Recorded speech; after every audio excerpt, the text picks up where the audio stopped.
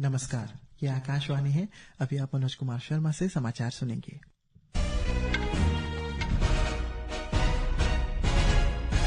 पहले मुख्य समाचार। लोकसभा ने जल शक्ति मंत्रालय की अनुदान मांगों को पारित किया। राज्यसभा में गृह मंत्रालय के कामकाज पर चर्चा हुई। स्वास्थ्य राज्य मंत्री अनुप्रिया पटेल ने कहा है कि भारत में टीबी के मामलों में कमी वैश्विक दर की तुलना में दोगुनी से अधिक कमी आई है। लंदन में हीथ्रो एयरपोर्ट बिजली सब स्टेशन में भीषण आग लगने के बाद 24 घंटे के लिए बंद। एयर इंडिया के लंदन जाने वाली सभी उड़ानें रद्द की गई। भारत ने 2030 में अहमदाबाद में राष्ट्रमंडल खेलों के आयोजन के लिए दावेदारी पेश की और आज अंतर्राष्ट्रीय वन दिवस मनाया जा रहा है। सतत भविष्य के लिए वनों की महत्वपूर्ण भूमिका के बारे में जागरूकता बढ़ाने के वास्ते ये दिन मनाया जाता है। अब समाचार विस्तार से। सरकार ने जल जीवन मिशन के तहत अब तक देश के 15 करोड़ 92 लाख से अधिक ग्रामीण परिवारों को नल का पानी उपलब्ध कराया है। लोकसभा में अपने मंत्रालय से संबंधित अनुदान की मांगों पर चर्चा का जवाब देते हुए जल शक्ति मंत्री सीआर पाटिल ने ये बात कही और कहा है कि जब 2019 में जल जीवन मिशन शुरू किया गया था तब केवल लगभग 3 करोड़ ग्रामीण घरों के पास ही नल के पानी के कनेक्शन थे। श्री पाटिल ने बताया है कि केंद्र ने पिछले यूपीए सरकार की तुलना में पेयजल और संबंधित क्षेत्रों पर बजट पर 4 गुना वृद्धि की है। इसके बाद सदन ने वर्ष 2025-26 के लिए जल शक्ति मंत्रालय से संबंधित अनुदान मांगों को पारित कर दिया।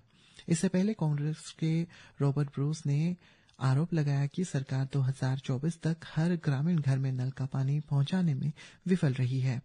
चर्चा में निर्दलीय सांसद उमेश भाई, बाबू भाई पटेल और भारत आदिवासी पार्टी के राजकुमार रोत सहित कुछ अन्य सदस्यों ने भी भाग लिया। राज्यसभा में आज गृह मंत्रालय के कामकाज पर फिर चर्चा शुरू हुई। चर्चा में भाग लेते हुए भारतीय जनता पार्टी के डॉक्टर सुधांशु त्रिवेदी ने कहा है कि गृह मंत्रालय ने जम्मू कश्मीर से अनुच्छेद 370 को समाप्त करके देश को सही अर्थों में धर्मनिरपेक्ष बनाने का काम किया है। श्री त्रिवेदी ने कहा है कि गृह मंत्रालय ने मणिपुर की सीमाओं से निपटने के लिए संवेदनशीलता से काम किया। कांग्रेस सांसद अजय माकन ने देश में बढ़ते नशे के खतरे का मुद्दा भी उठाया। डीएमके ने एम षणमुगन ने सुरक्षा कर्मियों में लंबे समय तक काम करने और केंद्रीय सशस्त्र पुलिस बलों में रिक्त पदों का मुद्दा उठाया। लोकसभा में वर्ष 2025-26 के लिए कृषि एवं किसान कल्याण मंत्रालय से संबंधित अनुदान मांगों पर चर्चा हुई। चर्चा की शुरुआत करते हुए समाजवादी पार्टी के धर्मेंद्र यादव ने देश में किसानों की दुर्दशा पर प्रकाश डाला।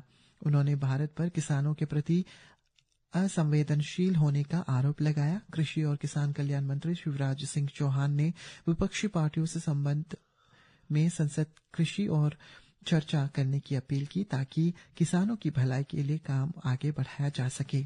मीडिया से बातचीत में श्री चौहान ने कहा कि केंद्र सरकार संसद में किसानों के मुद्दों पर चर्चा के लिए हमेशा तैयार है। सरकार ने कहा है कि भारत इस वर्ष टीबी मुक्त राष्ट्र बनने की दिशा में तेजी से आगे बढ़ रहा है।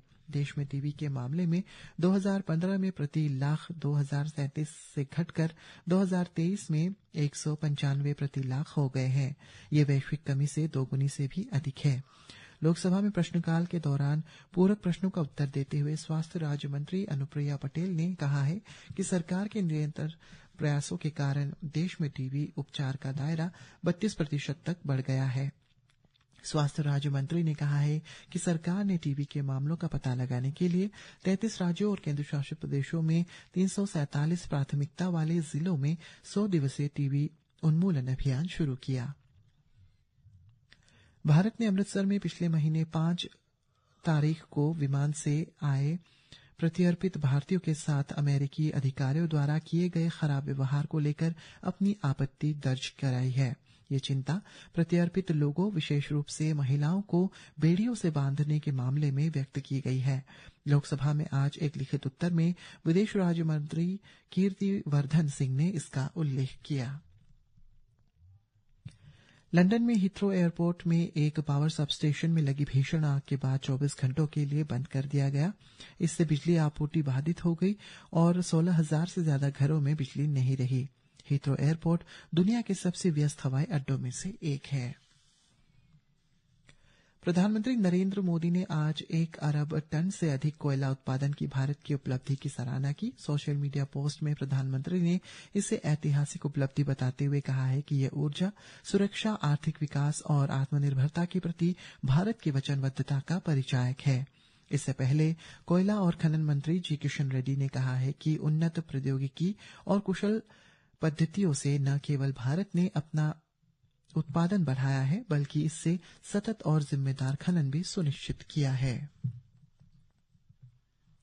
रक्षा सचिव राजेश कुमार सिंह ने कहा है कि आतंकवाद उभरती चुनौतियां बनी हुई है। रक्षा सचिव ने कल नई दिल्ली में आतंकवाद विरोधी मुद्दों पर आसियान रक्षा मंत्रियों की बैठक प्लस विशेषज्ञ कार्य समूह की 14वीं बैठक के दौरान ये बात कही। उन्होंने 2022 में संयुक्त राष्ट्र सुरक्षा परिषद की आतंकरोधी समिति की भारत की अध्यक्षता के दौरान दिल्ली घोषणा पत्र को अपनाने सहित क्षेत्र में आतंकवाद से मुकाबला करने की दिशा में भारत के प्रयासों का भी उल्लेख किया। केंद्रीय महिला और बाल विकास मंत्री अन्नपूर्णा देवी ने दुष्कर्म के एक प्रयास के मामले में इलाहाबाद उच्च न्यायालय के न्यायाधीश की टिप्पणी पर आपत्ति जताई है। संसद के बाहर मीडिया से बातचीत में श्रीमती अन्नपूर्णा देवी ने कहा है कि इससे गलत मानसिकता को बढ़ावा मिलेगा। इससे पहले न्यायाधीश राम मनोहर नारायण मिश्रा ने दुष्कर्म से संबंधित एक मामले की सुनवाई करते हुए कुछ टिप्पणी की थी, जिसके कारण लोगों में नाराजगी देखी गई है। कर्नाटक में बेंगलुरु में राष्ट्रीय स्वयंसेवक संघ आरएसएस सर संघ चालक डॉक्टर मोहन भागवत और आरएसएस सह कार्यवाहक दत्तात्रेय होसबोल ने आज आरएसएस की अखिल भारतीय प्रतिनिधि सभा की तीसरी वार्षिक राष्ट्रीय बैठक का उद्घाटन किया। प्रतिनिधि सभा आरएसएस की निर्णय लेने और नीति निर्माण की सर्वोच्च संस्था है। उद्घाटन के बाद मीडिया को जानकारी देते हुए आरएसएस के सरसस कार्यवाहक मुकुंद जी ने बताया है कि 3 दिवसीय बैठक में पिछले वर्ष की गतिविधियों की समीक्षा की जाएगी और भविष्य के लिए रोड मैप तैयार किया जाएगा। उन्होंने कहा है कि आरएसएस मणिपुर के लोगों के साथ काम कर रहा है और उनमें भरोसा और आत्मविश्वास पैदा करने की मदद कर रहे हैं। आम आदमी पार्टी के वरिष्ठ नेता सौरभ भारद्वाज को पार्टी की दिल्ली इकाई का संयोजक नियुक्त किया गया है। श्री भारद्वाज ने आम आदमी पार्टी के पूर्व राज्य प्रमुख गोपाल राय का स्थान लिया है।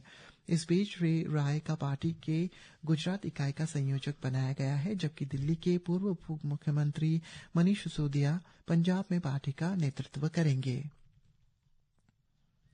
जम्मू कश्मीर में 41,735 करोड़ रुपए की लागत से 810 किलोमीटर लंबी 47 राजमार्ग परियोजनाएं निर्माणाधीन हैं। हमारे संवाददाता ने बताया है कि केंद्रीय सड़क परिवहन और राजमार्ग मंत्रालय द्वारा जारी आंकड़ों के मुताबिक ये बात सामने आई है। जम्मू कश्मीर सरकार की राजमार्ग विस्तार योजना से लाभान्वित होने वाले प्रमुख राज्यों में से एक है।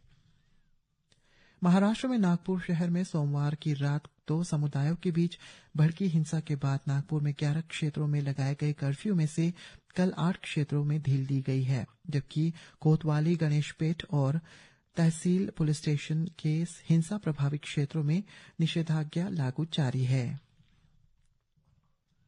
वंदे भारत कनेक्टिविटी की दिशा में एक महत्वपूर्ण कदम के रूप में अरुणाचल प्रदेश में स्थित हारमोती नाहरलगुन रेल का सफलतापूर्वक इलेक्ट्रीफाइड किया गया है। इस खबर पर प्रतिक्रिया देते हुए राज्य के मुख्यमंत्री पेमा खांडू ने कल सोशल मीडिया पोस्ट में कहा है कि अरुणाचल के रेलवे के लिए एक नई शुरुआत है और हारमोती नाहरलगुन सेक्शन पर सफल इलेक्ट्रिक ट्रायल का महत्वपूर्ण उपलब्धि है।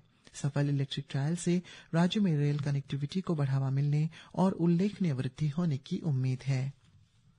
भारत ने 2030 में गुजरात के अहमदाबाद में शताब्दी राष्ट्रमंडल खेलों के आयोजन की आधिकारिक तौर पर दावेदारी पेश की है। भारत ने ऐसा कर वैश्विक खेल आयोजनों में मेजबानी की दिशा में एक बड़ा कदम उठाया है। आज अंतर्राष्ट्रीय वन दिवस मनाया जा रहा है। इस वर्ष का विषय वन और भोजन। हमारे संवाददाता ने बताया है कि इस वर्ष का विषय वनों और वैश्विक खाद्य सुरक्षा के बीच महत्वपूर्ण संबंधों पर बल देता है। मौसम विभाग ने अगले 2 दिनों के दौरान पूर्वी और मध्य भारत के कुछ हिस्सों में गरज के साथ बारिश जारी रहने का अनुमान व्यक्त किया है। विभाग के अनुसार आज झारखंड, पश्चिम बंगाल और उत्तरी ओडिशा के कुछ हिस्सों में तेज बारिश हो सकती है। इधर ईटानगर मौसम विभाग ने राज्य के lower Subansiri, Papumpare, west Siang, Siang, east Siang, lower Dibang valley, Anjaw, Lohit, Namsai, Changlang, Longding और तिराप जिलों के लिए येलो अलर्ट जारी किया है। इन जिलों में अगले 24 घंटों में गरज के साथ बिजली गिरने और बारिश होने की संभावना व्यक्त की गई है। इसी के साथ ये समाचार बुलेटिन समाप्त हुआ। नमस्कार।